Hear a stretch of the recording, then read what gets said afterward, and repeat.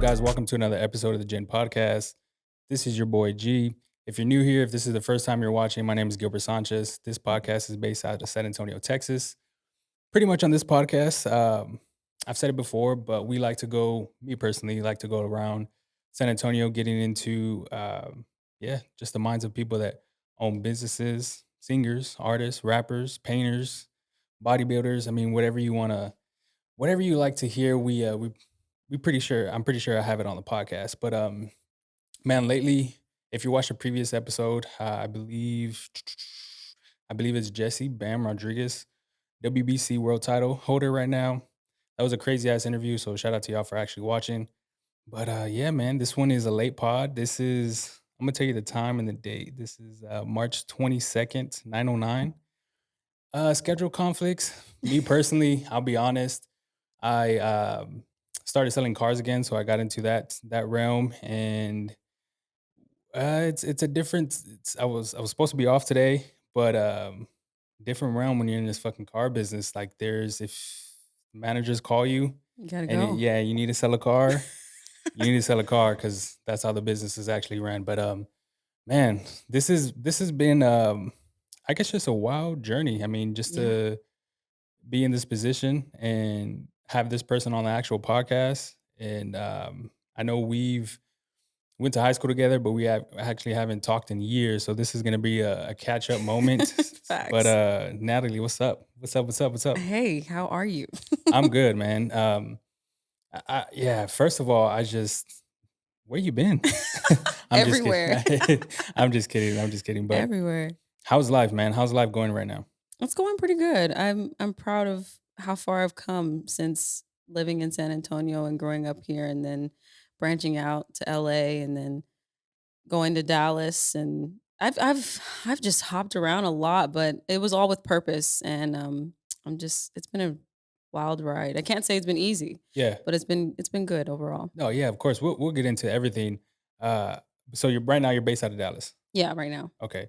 So I feel terrible just because of the schedule conflict because you drove what is that, 5 hours? Yeah, Yeah. it was a while. Okay. Because I've been to Dallas and I've drove to Dallas several times and that drive is not fun. It's not Not fun. I would rather go somewhere, Austin, Houston, where it's a little bit anywhere closer. else. But Yeah. I agree. but then again, how's Dallas compared to everywhere else you've been? I don't know. I've yet to get used to it. I've lived there for like 4 years now and I can't get used to it. It's not really my scene. I like New York better than anything, to be honest. And here, which is weird because I didn't think I'd ever say that because I grew up here. You know, Yeah. you kind of get tired of your own city sometimes, Yeah, but yeah. then and you want to branch out thinking there might be better. Yeah, And then yeah. you do, and then you realize, man, I miss home. So that's basically what happened. I've experienced LA. It was cool in LA. There was some pretty, cool people there, but it's still not my speed. It was like slow. Um, Interesting. Yeah. I like New York because it was fast, and then I like San Antonio because it's kind of like a happy medium to a certain extent. When were you in LA? I moved to LA in 2016, and I was Okay. there for 2 years. Okay. Yeah. Because the only reason why I ask is because I guess I'm pretty up to date with, I guess, just influencers and people that live in LA. And I think you caught it right before, I guess, the influencer thing Right. kind of popped off. Hmm. So it's a little bit different now. But I guess a lot of people are just saying that it's people are moving there to get that life that everybody Hmm. wants. But you soon realize that you start making friends. And It's not all it's cracked up to be yeah, at it's all. people are with the wrong intentions All the and time. literally all the time. Yeah. So you probably would you say you experienced anything like that, or Oh, did you? yes. Okay, So so when it's I still the same. Yeah, no, because when I went there, I got discovered by Adrian Armonte, and those of you who don't know who that is, he was from Sweet Life of Zach and Cody. He was Esteban Julio Ricardo de Oh la Rosa yeah. Ramirez. I don't even know if I said that right, but it was him. And I acted in his camp or whatever, and he was really cool and everything. That was cool. That was a great experience. I got to work with like celebrities and stuff, and I got signed with my acting manager through that. So that was a blessing. That was really cool. But then, I ended up moving there and sold everything that I had in Texas. And when you get there, it's expensive. We got hit real hard fast, even though we saved a lot of money. And It was wild. I can't even like the gas, geez, the food, Yeah, like yeah, I crazy, and bet. they give you like small little baby portions of stuff. It's like no one eats. Like what the heck? But yeah, we got hit pretty hard. But other than that, I mean, I just worked a lot. I was writing songs for like the TV show Empire, and I got to, and all that was like just based off of like showing up to places, and being in studios and things like that, and working behind the scenes. But like I really did my footwork basically, and it wasn't easy, but eventually, we came to the point. Me and my mother, we became homeless in LA, so we're living out of the car. Like we did not plan that, and when that happened, we made a schedule. We showered at the gym. I was doing Uber. I was writing songs for Empire. I was in sessions. I was doing everything I possibly could to like basically survive. And then I got discovered by Nick Cannon, and then that switched things pretty fast. Gotcha. Okay. So I want to take a step back. Yeah, go ahead. Um, Starting off your actual career. So were you born in San Antonio, or where were Mm-mm. you at? Where were you born? I was born in Lubbock, Texas, Okay. but I was raised in San Antonio. So I moved here when I was like 4 years old. Okay. So all of my life, I feel like this is home. Yeah, definitely, definitely. Yeah. Okay. So when did you first realize, like, hey, I'm pretty good at singing? Well, I think my mom is the one that realized it first because I was like singing like songs in the back seat in my car seat. And like I was singing before I could talk. So I think my mom knew, but I knew for sure when I sang at Splashtown here in San Antonio. Jesus, it just closed down like a I couple. know, Yeah, I saw it. It was like being torn down. I was like, "No." yeah. But yeah, so I sang there with my sister when I was like 5 years old, when we first moved here, and, I sang "The Boy Is Mine" by Brandy and Monica, and I got mobbed by people, and they were like, "Yo, you can really sing. We should put you in lessons," and blah, blah, blah. I'm like, "Oh, wow," you know? So then I just it made me feel good. It made me feel, like, important, Yeah. that I could do something good. Gotcha, gotcha. So going there, did you like after that? Did you have singing lessons? Did you start doing just? I mean, you mentioned auditioning. I Did did, but I didn't start lessons. My mom was scared because she's from Lubbock, right? So yeah, Lubbock is yeah, super, super small, and this was like a big city compared. And she was just like, "No, we can't go anywhere. What are you talking about?" yeah. So I didn't for a long time. I didn't get like lessons until I was like 10 or 11. So it took a while for me to like get lessons and stuff like that. But I always sang at home, and I was in like school talent shows and things like that. And I wrote poems all the time and stories, and I love to write like scripts and things like that. And I've been doing that forever. So Gotcha, yeah. gotcha. I can tell it's been a grind. It Okay, has. so fast forward, I guess into I would say your teenage years. You start. What would you say? You start getting familiar. Like, hey, I can sing. I can do this. When was your? I guess your moment. Like, hey, I really want to pursue this as a career. Right. I would say it was a little earlier than high school. It was like in third grade because I had a talent show and I sang I'm Going Down by Mary J. Blige, the remake. And I got mobbed by all the kids, like all the little kindergartners. And they were Yeah, like, "Hey, Natalie," I'm like, this makes me feel good. And growing up, I didn't have like the easiest upbringing. I was raised by a single mother, and I'm mixed. I'm half black and half Hispanic. So I dealt with like a lot of racism and stuff. And I that music was, like, the only thing that made me feel like I was doing something right, like, and I could give good feelings back to people. And so, when I got that reaction, I just was like, "I wanna do this for, like, ever. Like, whatever I gotta do to sing, I'm gonna do it." And from then on, I just was in every talent show, and I asked my mom to, like, put me in anything that I could possibly yeah, get into, and, it kinda just kept flourishing, and I just kept, honing in on the gifts and 100%. and It's unfolded. it sounds like your mom's a huge supporter. Yeah, Huge supporter. That's, I'm I'm nothing with I mean, yeah, she really allowed me to be expressive, and most I mean, I can't say that every parent is like that, she just let me do what I was good at, and it could have been anything. I mean, shoot, I could have been, like, a really good sports person, and I was good at basketball and stuff too, but, like, music was my thing, yeah. so it could have been anything that was good, of course, nothing bad. Should have been like, "Get out," if it was something bad. But, yeah, anything good, I she let me do, so I was just she's a number 1 supporter, definitely just all about me succeeding in what I love. Do you think, your I guess your upbringing would be different if you did have a father figure in your life, or you think just your mom was? We were just talking about this in the car. I was like, "Man, what would have happened if, like, my dad stuck around and my sister would have been, like," because my sister's all Hispanic.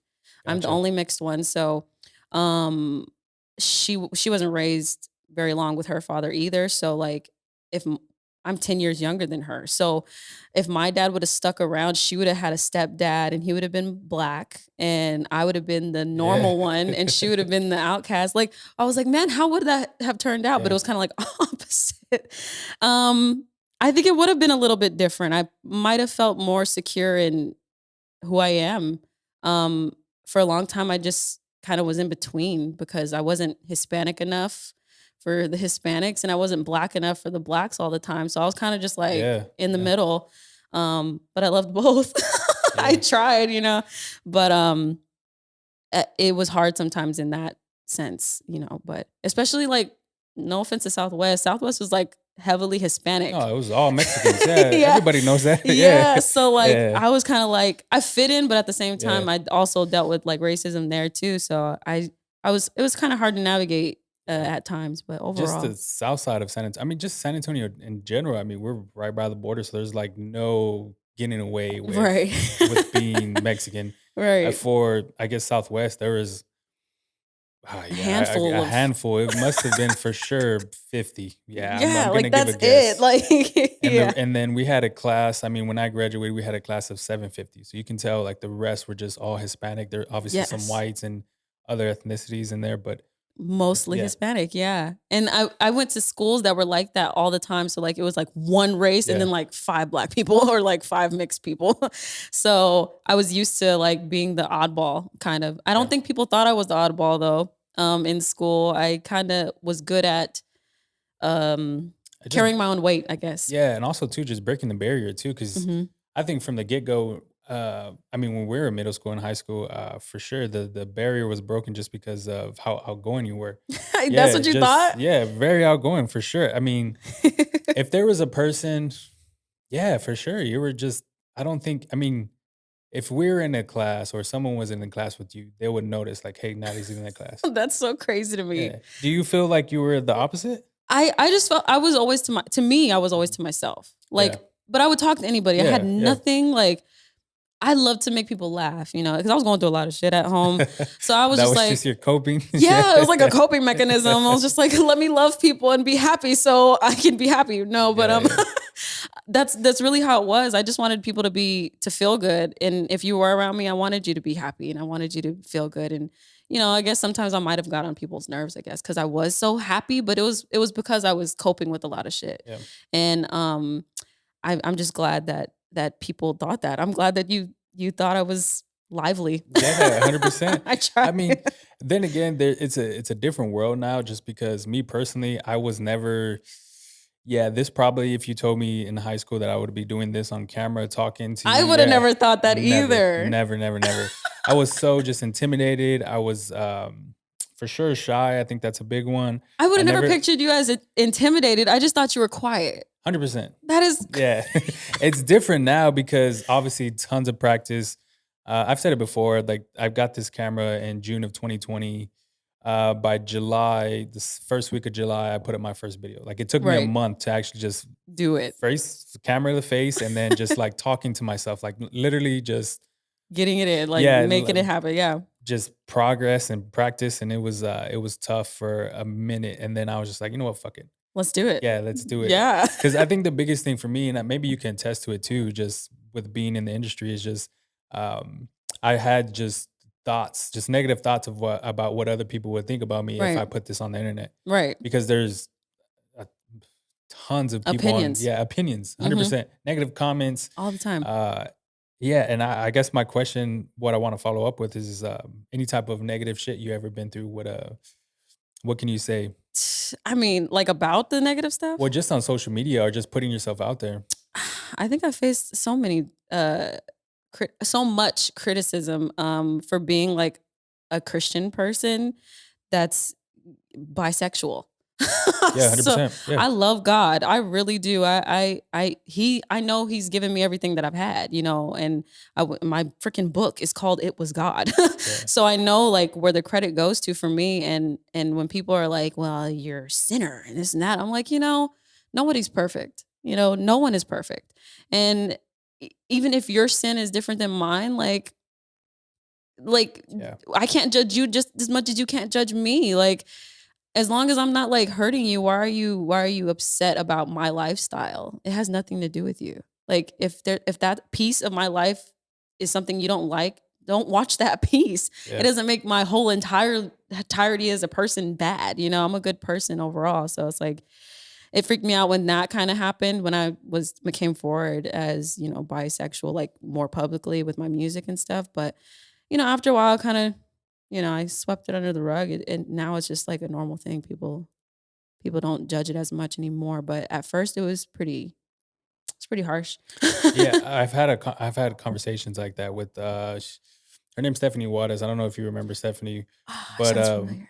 she yeah, my phone's right there. I would show you a picture, but we've done like 3 podcasts together, and one of the first podcasts we did together was about her coming out Hmm. and her being religious and Right. how her mother and dad took it just because for shit, like 23 years of her life it was just Right. strictly um just her parents thinking that she wasn't gonna come out, and Right. it was a hard conversations, and there was, other people's opinions within the church, other people's, opinions within her family, so it was just Right. like this whole fucking whirlwind of, just negative shit going on, and All it's just, yeah. like, all because of Our who I like. Yeah, preference. preference, Yeah. and it's like and then yeah, it was a tough conversation she had to have, so yeah, it's crazy. Yeah, I've never really understood it. I have my oldest sister is lesbian, so she came out. Let's see, I was a freshman, so she was graduating, so she was a senior. Hmm. But she just did it crazy. Because my mom wasn't against it, but she was just uh like, she wanted my sisters to have Have boyfriends kids and that eventually. lifestyle, Yeah. so when she came out, she was just like, "Fucking," she shaved her head. Yeah, That's just like really drastic. straight to the point. Well, it's because my mom was just like they've been having arguments, and I guess she was just afraid to Trying to make a actually point, yeah, like try to make a point. Now she's cool, and she's fine yeah, now. she's fine, but she was just trying to make a point, and Yeah. then my niece, she's bisexual too, and yeah, she's a character, but it was a hard time coming out for her because my mom raised her because my sister had her when she was shit, damn near like 14 years old. Right. So very young. So my mom was like just her guardian growing up. Right.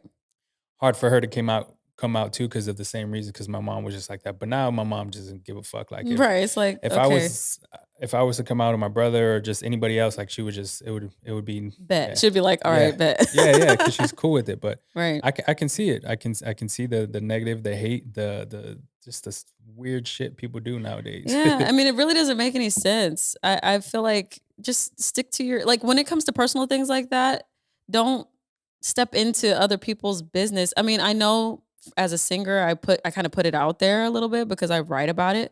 But to me, the way that I write my songs, they're not always like one-sided. So even if I'm talking about a girl, the message is universal. Yeah.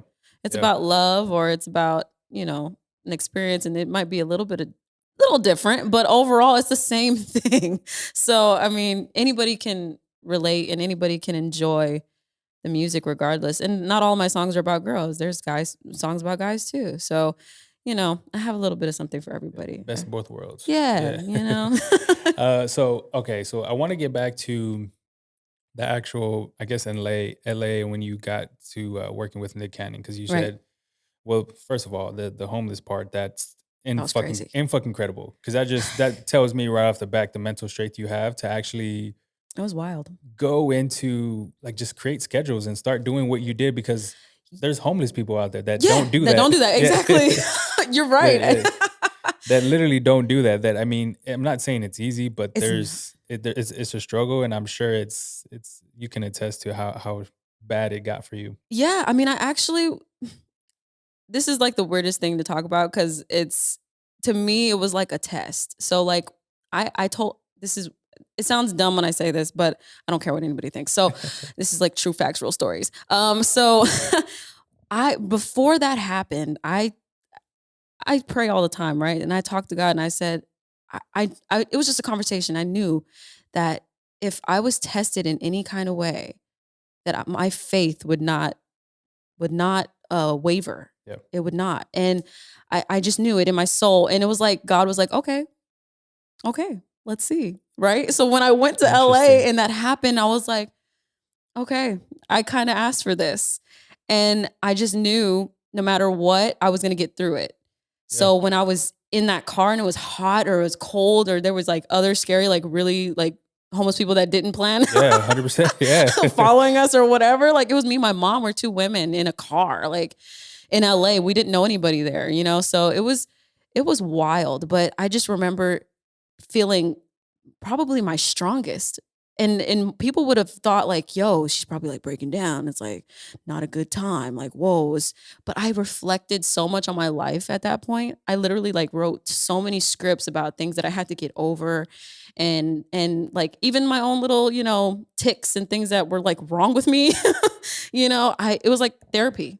So Yeah. I had time to sit with literally sit in the back seat of a hot ass car and just think about my life and what I wanted and how God was there and that I was supposed to be here, even if it looks the way it looks. And so many people are like, oh man, she's homeless. It's done. It's done. I was Yeah. still working my ass off. Like Yeah. I was getting up at 3 a.m, going to the gym, shower, working out, showering, going to Uber, going to being an extra on sets, being in sessions, and then coming back to sleep in the car. Like, and we only survived off of like $40 worth of food in LA. Like everything is expensive. It was wild. And I was Ubering people in my car every day. Like Same car you went to sleep in at night. Yeah. it's crazy. That's So wild. I'm just like, I'm just so grateful for that experience. And like I said, I felt like the strongest during that time. I feel like there's been easier times outside of that I've damn near broken down, you know what I mean? But Yeah. I'm like, what the hell? I got through homelessness. Why am I tripping over this little shit? Like, Yeah. what's going on? So I kind of have to like check myself now that I'm able to be normal again. But it took a long time to get normal. Like, you really do get into survival mode when you're homeless. That's what I was just about to ask you because I've never been that where it's living in my car, Yeah. but I've been put through some shit, and it's just man, I couldn't. Yeah, that's the only thing I Yeah. can just basically tell you is just something Survival switches. note. Yeah. Something switches for sure, and the way you start thinking is just totally different, and the way you start approaching, I guess, just little things that people make, I guess, a big situation out of Right. You're that just are like, dude, it's not even worth it. exactly, It's not even worth exactly, it. and I that's can only imagine how like military people are. Cause I yeah, can't even I can't really compare because they go yeah, through way, way more and it's more traumatizing in a lot of different ways. But in the sense of survival, that is the mode you're in. yeah, And it's a fight or flight thing. And I gotta applaud our military, and everybody who does jobs that are that taxing and that, take that much focus and strategy because it really is it's like you have to be alert on 100%, yeah. every move you make, especially if you're a woman. So that was what I was just about to say that. So whether if it's that part or whether if it's just being in the industry with what we're in, Mhm. or even anything, I guess right now, just Right. being a woman is just it's so weird. It I mean, we is. can go into the WNBA. We can go Yeah. into women being in corporate. We can go into like them getting paid less. Like there's just so many things Right. that are not it for women right now. It's not fair. And I feel like not fair for sure, but I feel like it's always been like that. I think now there is just put on a global platform because we do have access And we're to talking about it. yeah, and we're talking about it. Mhm. Because I feel like it's yeah, it's just always been like that. We just no one's ever No really one's brought it to the yeah, forefront and really made it an issue because there's been mostly men in yeah, power to cover it up, and then the women get either silenced or they don't want to talk because of whatever circumstance they might be facing yeah. at home or whatever the scenario might be. But I mean, I feel like it's getting a little better piece by piece, literally like centimeter by centimeter, not even inch by inch, but Still some trauma. Yeah, right, yeah, still some but yeah. hopefully we'll come to a place where people realize that it's not even about like higher powers and stuff. Like, just give people their fair shot. Like, if a person works just as hard as another person, regardless of their sex or their race or their ethnicity, let them win. Like, why is this an issue? And it goes back to the beginning of times, really. So we kind of just gotta work our way from the dirt and dig ourselves out of the hole. 100%. Yeah. Going, I mean, this is a huge one that maybe we can talk about. Hmm. I'm not too sure on where, maybe you were in Dallas at the time, Hmm. but when 2020 hit and Right. um, I guess just the George Floyd situation and then just Right. situations after that, how was that within Dallas? Because I mean, San Antonio for sure, we had some marches, but even just being black as a race, I mean, Right. that's still huge. And I'm sure you can test, I mean, you just said racism you Hmm. had growing up, but how was that situation for you? In Dallas, we had marches, but the pandemic is making it hard for people to go out there, and it was kind of scary. I tried to like post as much as I could because I didn't really feel comfortable being in like the crowd. And we donated and things like that, but to like the organizations, and I had it like on my link tree and stuff. But like, I mean, I feel like there's not enough that we could do to validate anything that has happened to black people or brown people in general. Like, brown Yeah, 100%. Yeah. is like the thing. It's not just black people. And I know that because I'm both. So I kind of see it on both sides. And I feel like brown and black people kind of need to really get closer. I don't feel like we're close enough, and we're closely linked. We're more closely linked than we think. Yeah. And we need each other. And I can't really talk on that subject too much as far as like what happened in 2020, because it was just so everything was like shut down, and it was just frustrating. It was frustrating having to see all that happening and feeling like you really couldn't go out and really be a part of it anyway. And sometimes I feel like whenever, we have marches and things like that, like we have them, but where's the The change? change, yeah, I after. I don't want just to march. I want there to be a real change, a real effort. So that's my opinion. It might be different than other people's, but that's just how I feel about that. And I'm totally against racism and the ugliness in general and injustice. And until we just kind of think with our hearts instead of our egos and our wallets and all, hierarchy shit, we're really never going to get to a good place. But if we try a little harder, I feel like we could come to some sort of like equal Something, ground, yeah. something. It's like it's just wild. Yeah. It's too big of a topic to even really wrap Yeah. your mind around. It's crazy. Yeah, I've had several conversations on this podcast and then within my friend group. It's wild times, man. Even still to this day, there's still videos on TikTok, on Instagram, or Yeah. just crazy shit, just racism going It just doesn't through the make fucking sense. roof. And it's yeah, I never really understood hate. I mean, I guess that's what the best thing you can pinpoint That's it what to, it and then is. It's hate just being stupid. and power. Yeah. I think Yeah. I think what it really comes down to is not even hate, it's power issues. Yeah. People want to be in control of people. And the people that have been in control for the longest, Yeah. Yeah. I mean, I it's mean, there. it's just Yeah. that they're just not liking that anybody else can come up and be more powerful than them. But if we stop thinking about power and thinking just about like growing as a human race, I feel like we would just be in a better place. But it's just the power thing. And I mean, that'll always be an issue. Somebody's always gonna want to be more powerful or more Yeah. rich or better than somebody else. It's sad, but Very sad. I don't know what we can really do about that, but just each individual person try to be better. Yeah, I think that's where it starts. Just Yeah. person per person. And then Um, eventually we'll get there. going into Eventually. off track a little bit, but No, you're that good. was a perfect conversation. I mean, It's always needed to be had. Like it always yeah, needs to be had. but yeah, let's keep going. So going into, I guess, getting, would you say, signed with Nick Cannon? Mhm. Yeah. What exactly did that entail? Were you singing? Were you acting? Was it everything? What were you doing? It was singing. I was homeless in the car and I saw his he had a post on Twitter, and he was looking for the next new talent, right? And it was like, sign me to Incredible challenge. And we had to like write a song to one of his beats or something on SoundCloud. So I woke up and I went to the gym, showered, and I got in the back seat of my car and made a video. And mine was the only one that was like live because everybody else was like in a studio and like recorded it pre-recorded it, and it was all perfect. And mine was live singing in the back seat of a car with sweats on. Um, not looking all cute. I mean, my hair was cute, but anyway.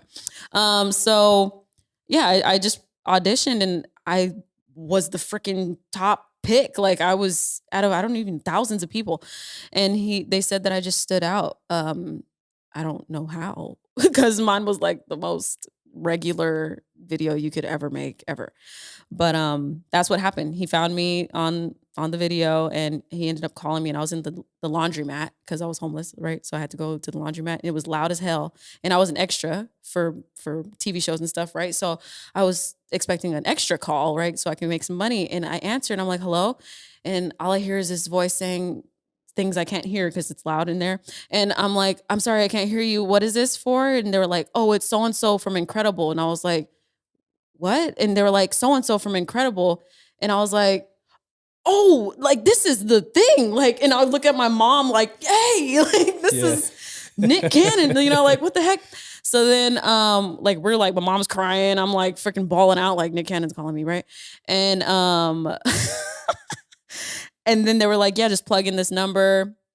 We're gonna be in touch and we'll keep you posted, this and that. And then I was like, okay, bet. So like it took a couple months and we met in the studio, and then I got to go to like his movie premiere or whatever, and then we cut a few records, and I released a single called Simple on Incredible Entertainment. And I mean, I got to go to freaking the Tyler Perry studios and be behind the scenes of Wild and Out, and a lot of cool stuff happened, but at the same time, not much happened.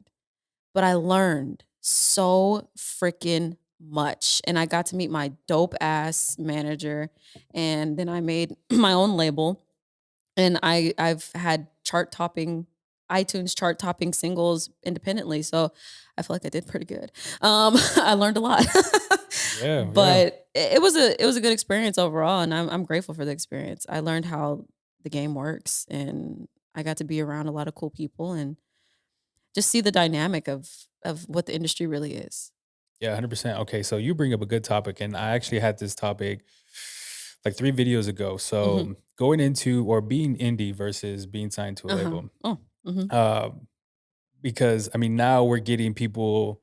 I mean, who's I mentioned it. T-Pain was talking about how just him being on a label, and then well, back then it was a little bit different because Yeah. people actually had to buy like hard copies and stuff. Right. It's streaming, but he was just talking about how it's just so different now. But on top of that, it's basically a loan you're getting Yeah. from a Like a label, bank. and then from there, based off the numbers you provide for the record for your single, then they get just distributed to the label, and then it just They yeah, divvy it up first and you get a yeah. very small portion. Yeah, 100, and I was just I had no idea it worked like that Oh, until yes. like 2 years ago, until I heard It's a piece of shit. the bit.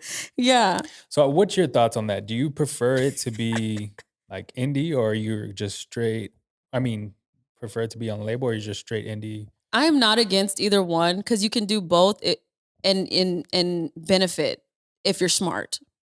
That's the key.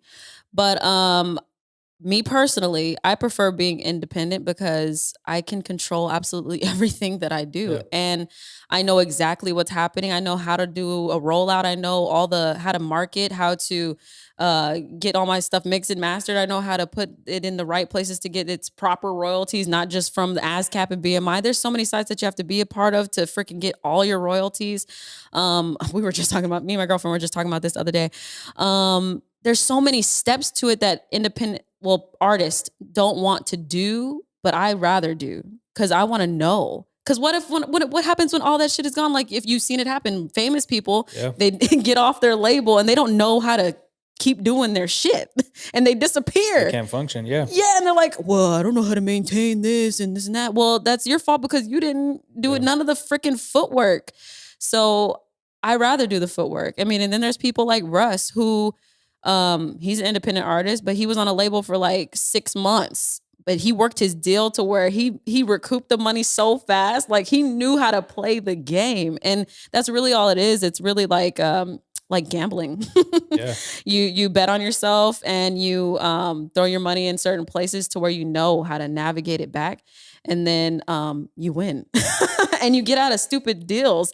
Like he was only in a deal for like 6 months and he was able to be like on the top sites and things that people paid thousands and thousands of dollars to be on, you know, Jimmy Fallon and all that shit, you know. And he was able to do those things because he knew how to finesse. Like Yeah. the game is really just knowing how to work the system. And I'd rather be an independent artist forever. Cause we work too hard to not get a majority of what we're freaking, you know, to get more money. Like the label should not be getting a majority of your money. You make the song, you create, that's your feelings, that's your intellectual property, and they own it. Why?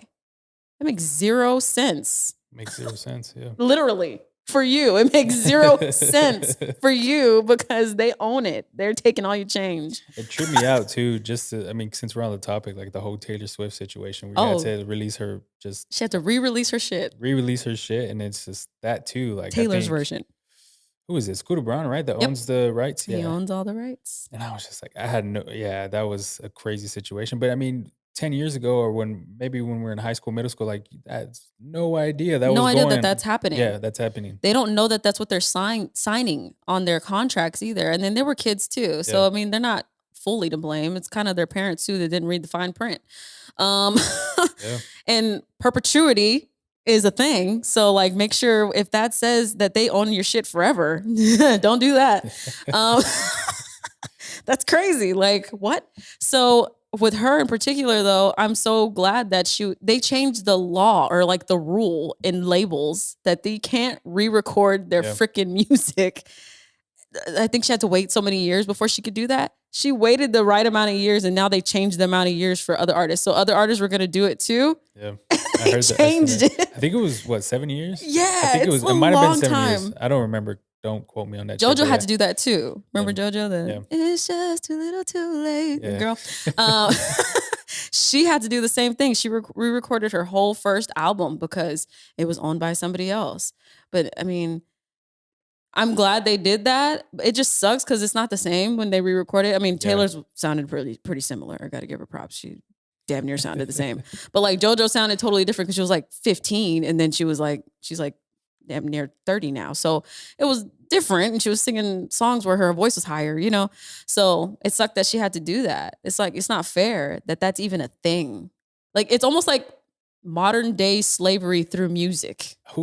I think Russ said that actually. He It might have said is. that in the interview I was watching. Yes. And it makes 0 sense because I was having a conversation with somebody and it was a little, I didn't want to get into the whole topic, but he said, just sign the deal. It doesn't matter what kind of deal it is or how fucked up it is. Like you're going to be in a better situation. Hold on. You're going to be in a better situation than you were before. Because I guess his thought process on it was, it's not what you know, it's who you know. So it's like you're being put in a position where you get to talk to these people and get put out to these people and get features from different people that might be on the label, and just different scenarios. And my whole concept or my whole thing was, if you build a brand or if you get the social media following, or if Right. you like market yourself to where you can be able to have these streams, then You get all that shit anyway. especially if you do the leg work, if you know how to do it, if you know how to put it on DSPs. They start calling you. Exactly.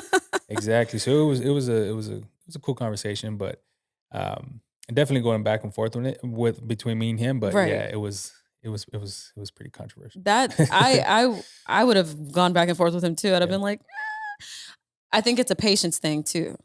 People who want to be on a label, you know, they kind of want it instant, you know, and you can. It happens sometimes. Some people really do get lucky and they sell right away and they're able to recoup the label's money right away, and then they're able to be rich and buy themselves out and own their shit and all that stuff. But that's a rare case. A lot of people have 360 deals. A majority of the artists that you know, that you love, have 360 deals. So pause for a second. Go ahead. What's a 360 deal? A 360 deal is basically just where it sucks. Okay. So they sign you and they give you a number, right, that you have to sell. And if you don't sell that amount, they basically charge you to pay them back all of that money. And so like you're stuck in literally a 360. You're stuck in a fucking hole because you can't pay them back because you didn't sell as much as they wanted you to sell. And if you do sell as much as they want you to sell, then they put you in another deal. So you're constantly in this circle. Yeah. It's like a hamster wheel. You're always in this circle running around trying to make the money for them, and you get like, I heard some crazy thing where somebody only had 20% of what they made, and they made like freaking Yeah, millions. millions and millions of dollars for this label. I'm like, why? My manager taught me exactly how it works, how you roll out a record, where you're supposed to put it to get your royalties, how you can grow it gradually, stay consistent, and your money grows by itself. And I'm like, what if I know this information, why in the Yeah. hell would I Yeah. ever go to a label and give them all of my shit? Why would I do that?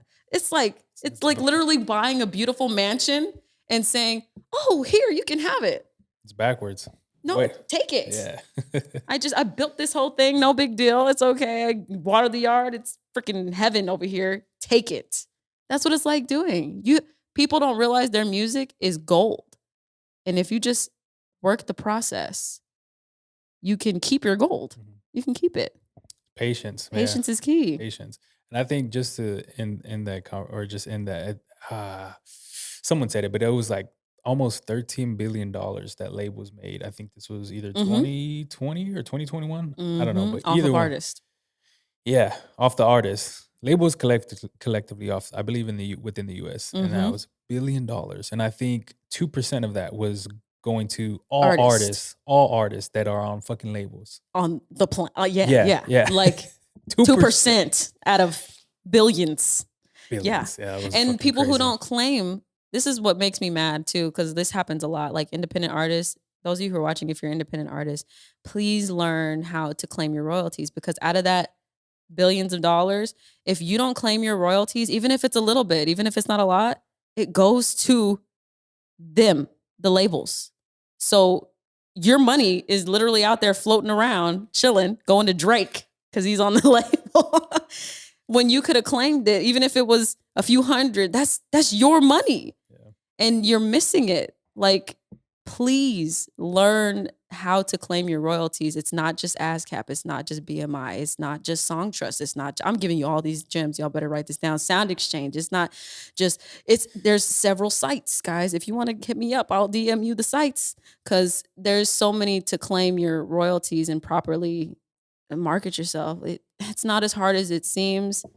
Yes, it costs money to freaking market yourself, just like a drug dealer. You have to buy your product to Yeah. freaking resell it and make your money. Like, it's the same thing. Spend money on your Yeah. product so you can make it bigger. It's a given. Don't try to go around that, and work the process. There's so much more to it. I wish I could like have a whole podcast on this Yeah. topic. Like, Well, I mean, since you've been in the industry, I guess question I have is there anything you would change about the industry? oh Like, yes. what was like the biggest thing that you would, if It's you had the power, or if you had like, I guess, just anything that you can change it? it should operate more based off of the artist, not off of who owns the artist. No one should own an artist.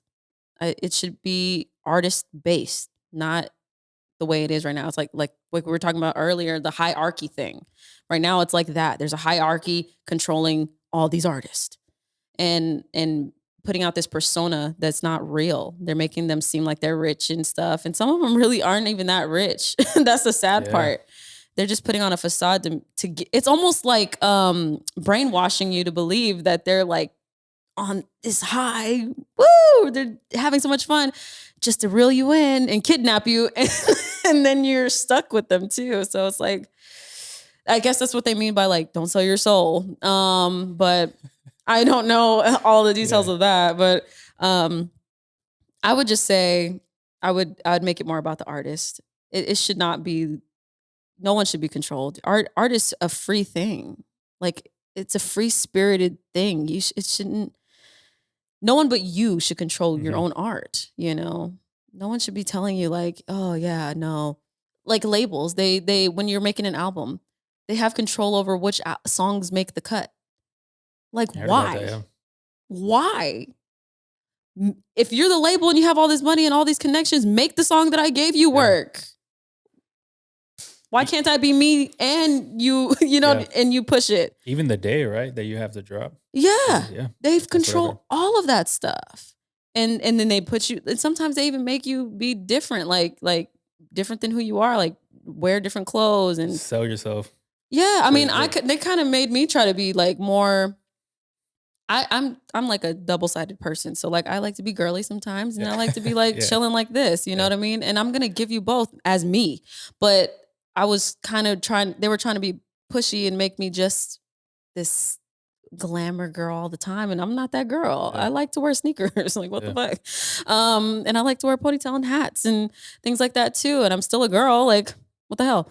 Um so they make you sometimes they make you step out of your own character and I'm just not for that. I always just want to be my authentic self and if I can any way that I can find to do that, that's what I'm gonna do. And if I have to be independent to do that, I'm more than happy to do the work.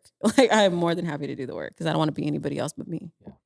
Crazy fucking times. Crazy times. I wish it was what you just said because now it's people think it's all glorious until they really figure out Step into it. yeah, and they step into The it grass is always greener on the other or side. not even step into it until years after and they kind of realize like Damn, I hey was taken for a ride. yeah Like yeah shit.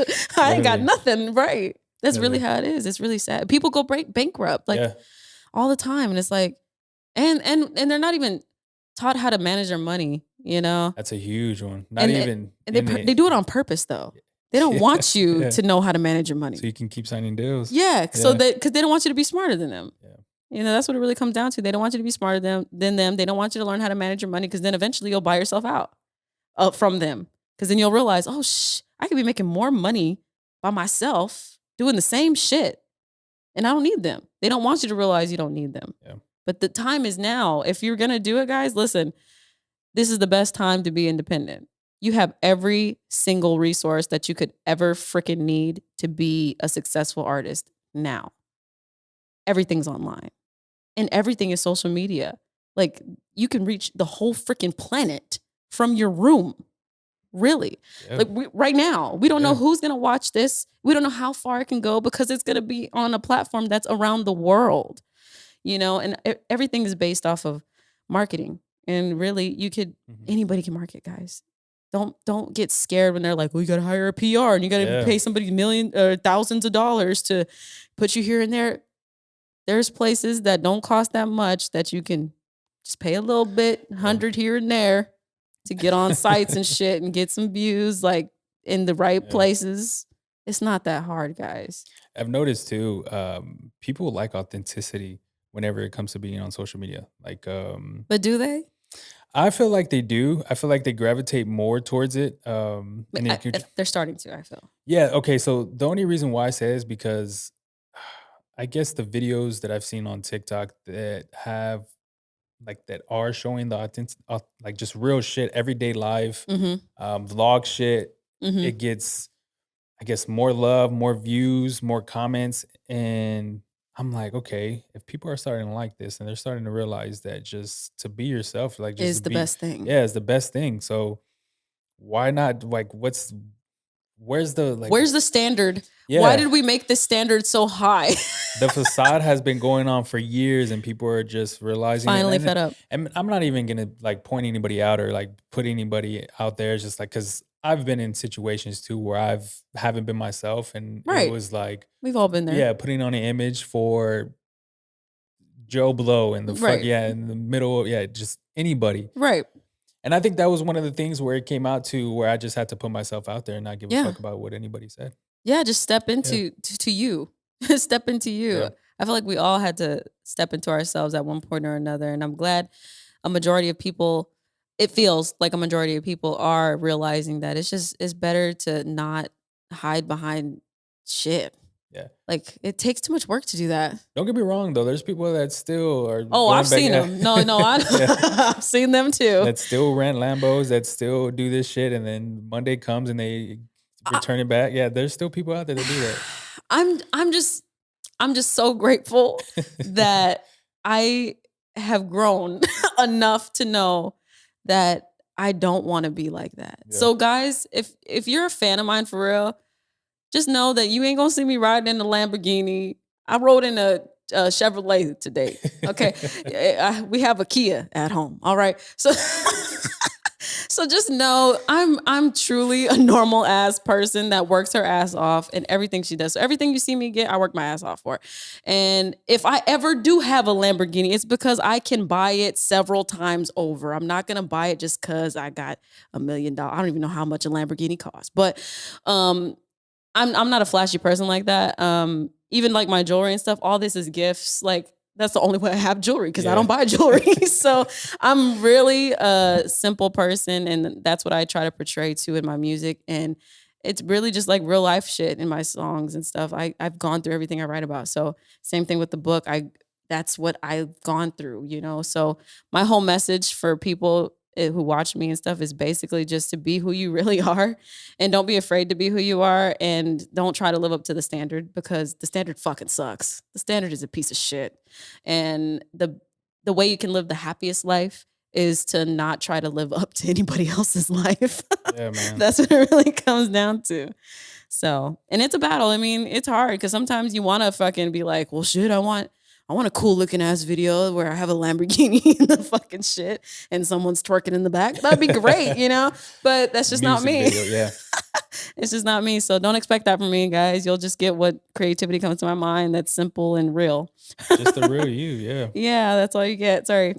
No, you're good. I wanna get into this book because it takes a lot. A lot of people don't know this, and if you're watching, I started writing just pieces of, like, life and I guess just yeah, just little pieces of what I've been through and, I guess, like a daily vlog, but on paper. Paper. Oh, Yeah, I on love that. paper. Back in 2020, and I've done several.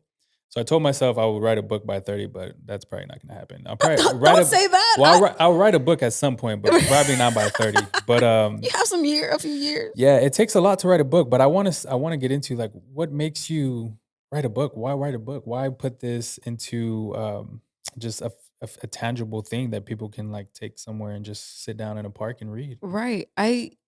This is everything I say usually sounds weird. So, Yeah. because Yeah. I'm like, I feel like I've just been guided my whole life. I'm really I'm not a religious person. I'm a spiritual person, and I just know that God has led me all my life. So, I just knew when I was a kid that I was gonna write a book one day.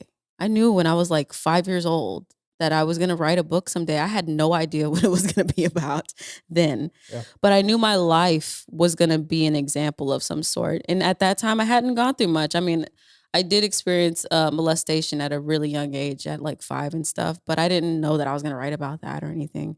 But I don't know, something in me, which I feel is just being guided by him, because there's no other explanation for me.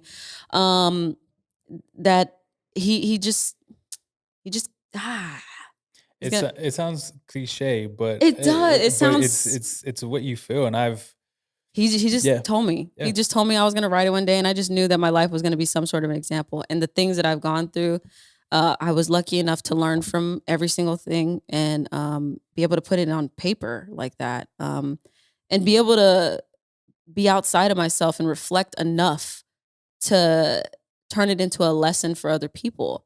I've experienced from molestation, racism, homelessness, being in the industry as a female, being in the industry, period, navigating business, navigating, uh, learning how to be an adult, coming from a single parent household, and just learning how to navigate life and actually somehow reflect on it and put it in a book to where people can be like, "Yo, I didn't even know you went through that."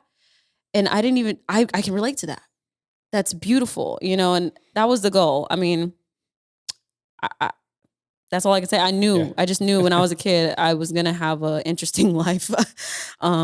Just like when I said I was home when I became homeless, I kinda asked for it, you know? It's kinda like I feel like I've been watching my own life. Yeah. Like, I'm in it, but I've also kind of been, like, watching it as it happens, and I feel like that's how I was able to write the book too. Even now, like, I almost feel like I'm outside of myself. That's it's crazy you say that because I have some times where it's like that too. But um, I want to say because I remember the question that I was going to ask earlier when you talked about the molestation. Mhm. You're so comfortable and you have a lot of courage when you talk about this stuff because not a lot of people. There's fear Right, when it comes to talking about any problems on camera. right. Where did that come from? Because not a lot of people have that. Shit. Because it takes a lot. It takes a lot to even tell people your problems, that what you're Oh, I experiencing, agree. or just venting in general. It takes a lot. So, but even situations like that, You know what I think happened?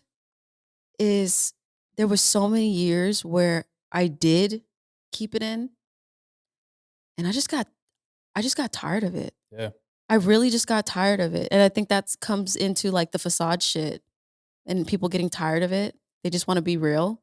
I think that's what happened to me. Like, I was a kid and I was just like, "I don't wanna lie."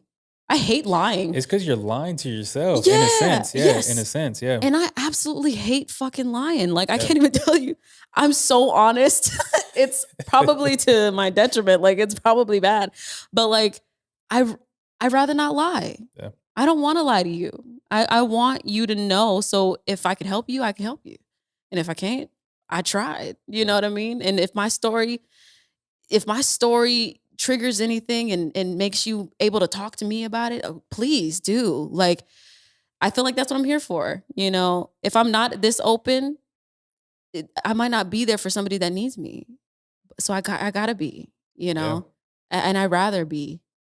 And that almost makes me tear up a little bit no, because yeah. it just I just wanna be that person for people. And it's just natural. I don't know. I don't Yeah, know. and it's crazy for me, it was I had a different situation to come about helping people. Mhm. Uh, when this happened, I didn't realize how many people would watch, and I didn't Right. realize how many people would listen, and Would how be many affected by it. and how many people would DM, and how many people would send emails about their situations, and like just crazy, the most like a That's never, beautiful. never in a million years. And I'm Right. like, if I can keep this, and if I can keep just going and affecting people's lives, then That's yeah, enough. that's enough. It's a, what's the words? There's a satisfaction that comes with it, Definitely. and it changed everything. Like the way I move, the way I talk to people, the lying part. Like Yes. there was times where I had to figure out like, hey, this is if you're saying this or if you're doing these things, but you're talking on your podcast about something totally different, like you're living two lives. Like Yeah. which And it's one is too it? hard to Yeah, keep up with. yeah. It's way too hard to keep up with. Well, I congratulate you because writing a book, I bet takes it's a process. How long did it It take you to write that? was. It's 'Cause I know you said it off air, but I wanna yeah, it took 6 months to write, but it was diligently, like, every single day. I wrote every single day for 6 months, and I had to obviously, like, get everything out of my memory and put it down yeah, and get all the dates right and things like that, and then I had to edit and format and revise. Thankfully, my big sister is a teacher, and she's smarter than me, that's so that's dope. she can revise with me and made everything that I wrote in there make even more sense.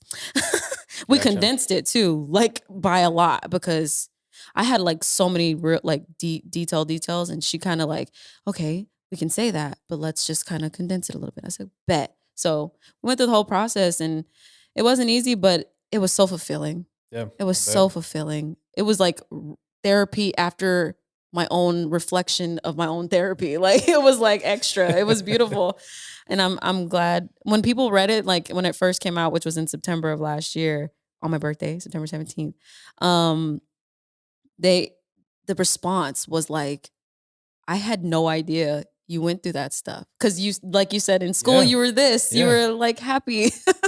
And I was just like, "Wow, thank you Just for." coping. Yeah, yeah, I was coping. That was my Yeah. coping mechanism. I wanna ask you, Mhm. can people buy this? Oh, Where can yes. they buy this? It is available on Amazon and all other platforms like Barnes& and Noble, Oh, Walmart. You can buy it everywhere, and I'm cool. working on the audiobook as well. Your voice? Yeah, because I want Nice. people. Because I mean, I tell stories in a Yeah. certain way, so I want people to hear it Yeah, yeah. the way it's supposed to be heard. Yeah, I always like audiobooks that are with, The real yeah, real person. person. That's dope. Yes. Well, shit, I got, one more question. Okay. I guess the last one would be, I know we mentioned it earlier, but, any advice to younger people getting into the actual industry or singers or anybody in general that, you can kinda give?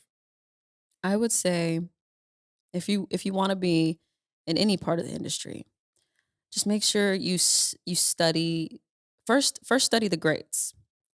Study who you love, practice, and then once you get all that down, who you want, how you wanna be and all that stuff, like your talent down, learn the business.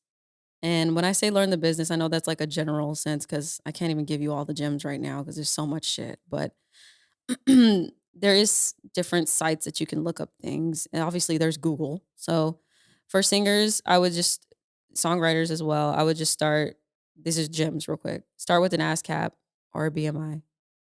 Also get a song trust, get a sound exchange, and learn what those are. Read about them and why you need them. You need all of them. And then as an actor, take acting classes. You don't always have to take acting classes, but you can also just practice at home, hone in on your craft, and audition like hell. And for dancers, I'm sorry, I do everything. Dancers, keep practicing, keep practicing. Go to those classes that you want to go to. Pay for that shit. Like, keep practicing because there's so many people out there working their asses off to get opportunities and audition, audition, audition. What else I do? Book writers, people who want to write a book. Write just it's not as hard as you think it is. Start just writing every single day. Figure out what you want to write about and write about it every single day. When you feel like it's finished, revise it, edit it, get a cover, get somebody to help you publish it. That's not hard. Go to amazon.kdp.com. That's where you can publish it on Amazon.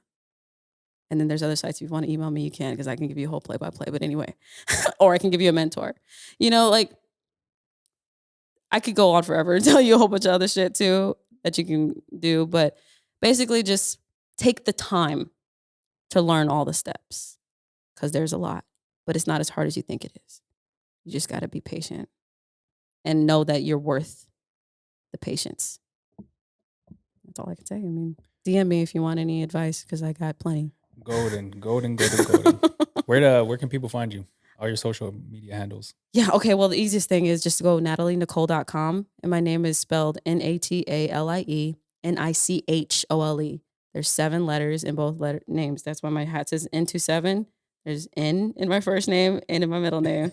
There's 2 N's and 7 letters in both. If there's not 7 letters in the second one, you spelled it wrong.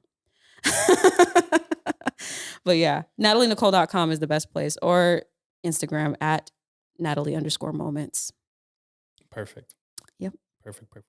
I appreciate this. No Gonna read problem. it. Yes, please. I appreciate you taking the time to actually come down here and working with me with this fucking crazy schedule. Yes. I'm fucking glad we had this Me conversation. too. Yeah, this was one of the dopest. It's up there with one of the dopest conversations we had because Yay.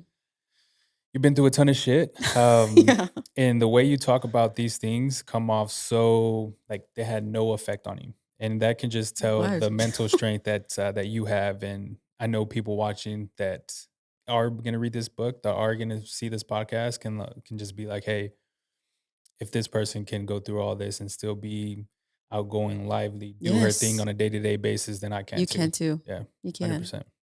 100%. Well, shit. That was fucking crazy. That was dope. Good conversation. A lot of Yes, gems. I loved it. Yeah. Once again, I appreciate you coming down. I want to say because I know you had text me. Whenever you do living situation, come back to San Antonio. Mhm. Hit me up. We'll do this again. Yes, I Yeah, would love to. we'll do this I love again this conversation. Thank for you so sure. For sure. much. Yeah. Amazon, anywhere you can buy a book. It was God, Natalie Nichole, and yeah. Gen Podcast episode. Shit, this is 76. Yeah. Yay! We out here, people. Until next time. Peace. That is so cool. And cut. She said, and cut.